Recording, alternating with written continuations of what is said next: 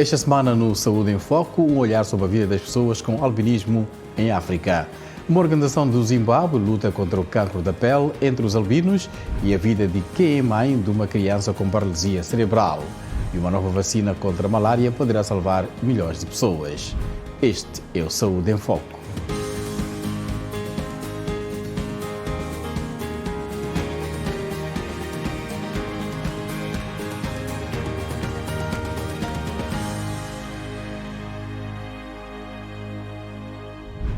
Olá, bem-vindo ao Saúde em Foco, comigo, Amâncio Miguel. Alguma vez se sentiu desconfortável por alguém estranhar a sua aparência?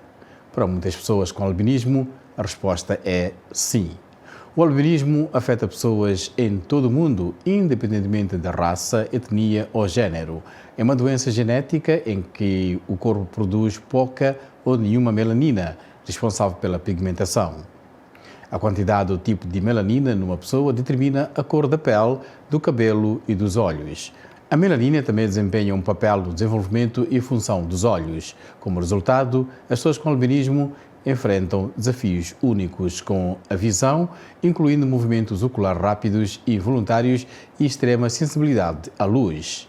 Eles também enfrentam outros problemas de saúde, como o alto risco de queimaduras solares ou desenvolver o cancro da pele.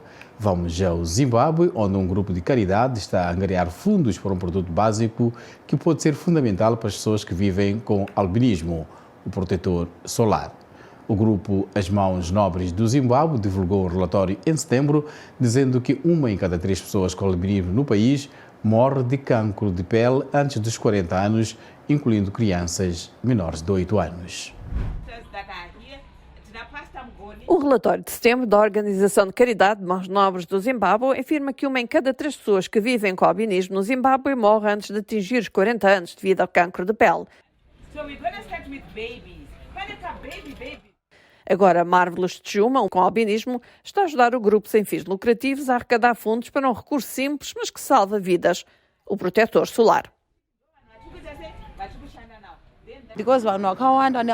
Muitas pessoas com albinismo permanecem nas zonas rurais e a maioria passa a maior parte do dia ao sol, trabalhando nos campos. Isso expõe a pele e fica danificada.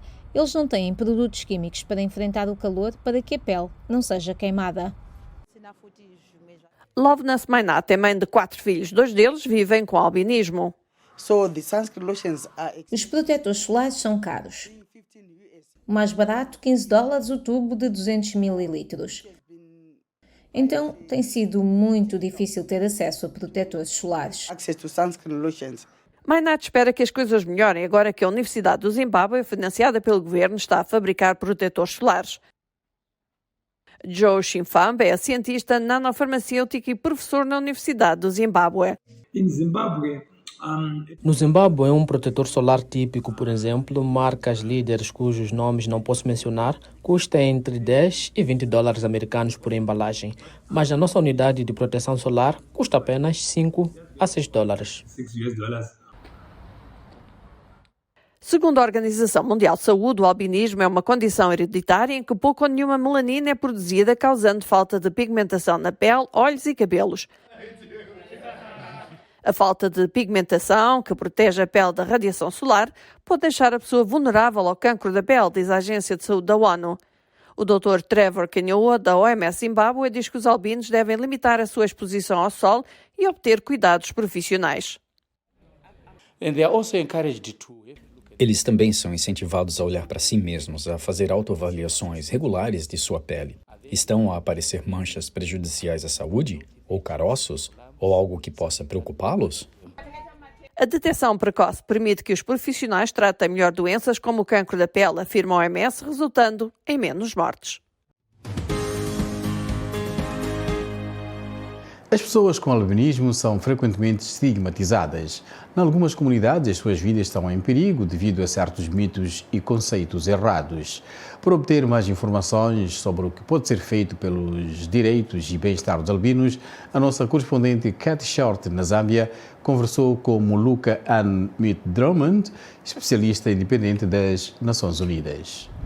I think we first have to highlight that the African Union have actually given some thought to this. Penso que, em primeiro lugar, devemos realçar que a União Africana pensou um pouco sobre isso e, em 2021, adotou um plano de ação para a erradicação dos ataques contra pessoas com albinismo. Este plano de ação é bastante holístico, abrange questões como a saúde, a educação, os ataques contra pessoas com albinismo, as medidas de proteção social e penso que é importante que todos os países adotem, sabem, para traduzir este plano de ação em que o chamamos de Plano de Ação Nacional. Existem muitos mitos e crenças erradas sobre o albinismo e é importante que as pessoas entendam que que as pessoas com albinismo são seres humanos como qualquer outra pessoa.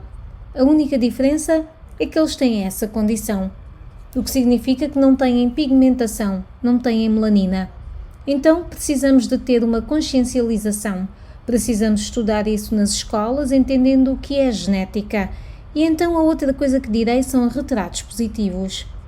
Precisamos de ter pessoas com albinismo nos meios de comunicação, na televisão e ter algumas representações positivas de pessoas com albinismo, mesmo em Hollywood, mesmo na televisão, e não sendo retratadas como um ser humano sobrenatural, como algo estranho que perpetua estas crenças negativas. Em relação aos ataques, é preciso que haja investigações, é preciso que haja detenções, é preciso que haja medidas implementadas mesmo antes de chegarmos a uma situação de ataques. Portanto, há muitas medidas que as autoridades podem tomar e eu recomendaria a todos os governos de África, incluindo a Zâmbia, que adotem um plano de ação nacional e analisem o plano de ação. Pensando nas mães de crianças com albinismo, que em muitos casos acabam ficando sozinhas, às vezes têm medo de sair de casa porque têm medo que o seu filho seja atacado se viver num país onde os albinos são alvo de ataques. Muitas vezes existem muitos pacotes de benefícios, proteções sociais para mulheres em situações vulneráveis ou crianças com deficiência ou crianças em situações vulneráveis, mas nem sempre incluem crianças com albinismo. Portanto, precisamos de incluir crianças com albinismo. Políticas em torno do protetor solar são muito essenciais. Consideramos as coisas como garantidas, mas o protetor solar para pessoas com albinismo é essencial. Further details in relation to this. Salif Keita é um dos nomes mais icónicos da música pop africana. O premiado músico e ativista humanitário nasceu no Mali com albinismo. Ele usa a sua voz e a sua plataforma, a Fundação Global Salif Keita, para defender e elevar a sensibilização sobre as necessidades e o bem-estar das pessoas com albinismo no Mali e noutros locais. Revisitamos aqui a nossa conversa com o cantor icónico que partilhou a sua experiência de crescer com albinismo. Minha infância era o único albino na minha aldeia de Joniba. E isso causou muitos problemas porque sou branco e os outros são negros. As pessoas notavam porque eu era o único albino da aldeia e também da região em redor. Por outro lado, tenho orgulho de ser albino, porque se não fosse albino não estaria aqui a conversar com vocês hoje. Permiti-me ser músico, permiti-me cair na música por acaso e fazer carreira.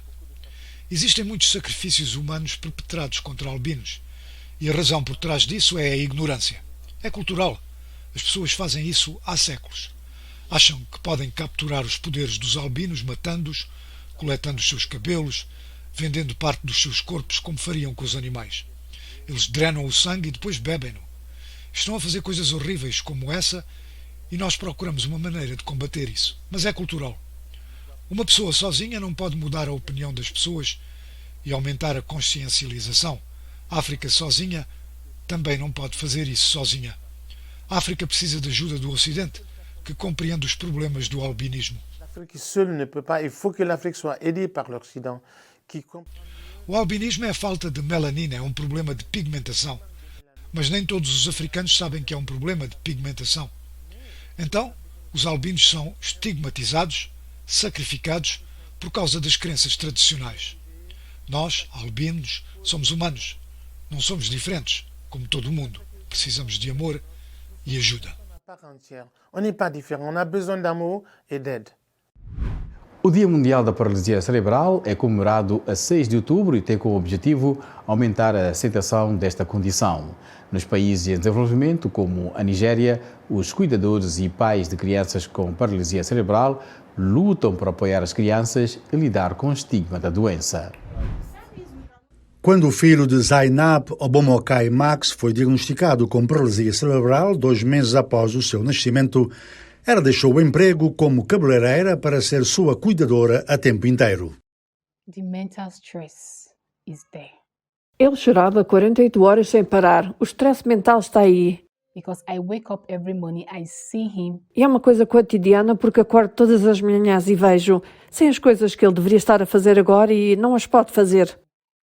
A paralisia cerebral pertence a um grupo de distúrbios que afetam os movimentos, a postura e o equilíbrio de uma pessoa.